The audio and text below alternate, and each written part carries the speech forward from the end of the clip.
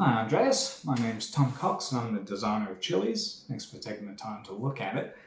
Look, I think it might be a good fit for Loosey Goosey because it's a 15-minute filler game, it's full of high emotions, high drama, and it's really designed to be one of those sessionable games that you can play multiple rounds of back to back. So it's quite a chaotic and silly game designed to generate a lot of laughter.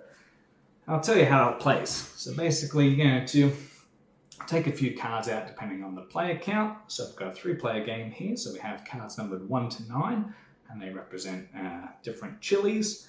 And it's a triangular deck. So there's 1-1, there's 4-4s, there's 7-7s, 10-10s, etc.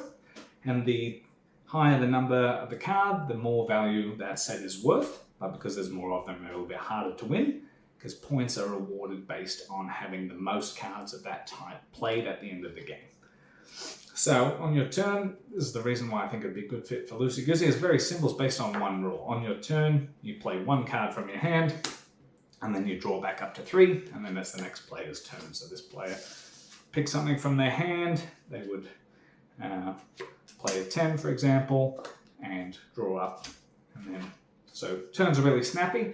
There are a variety of special cards in the game, in addition to the blue wilds that you can see, and things like this card here, the Diablo, is a special card that affects everyone at the table. All the kind of take that cards affect everyone, so it's not targeted.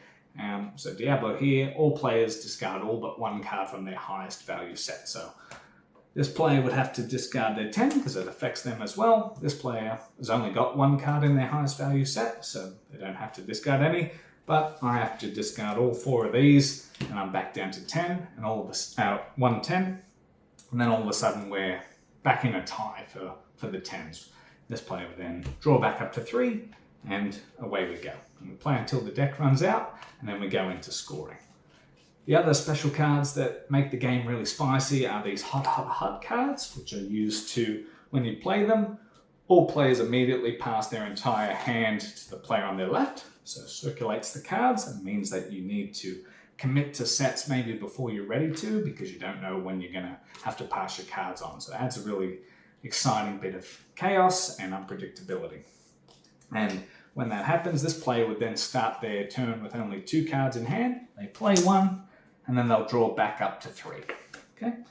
So then at the end of the game, you go through scoring. You've got a little score pad. You go through and score all the sets, starting at the 1 value set all the way up to the 10s or 11s or whatever you're playing to.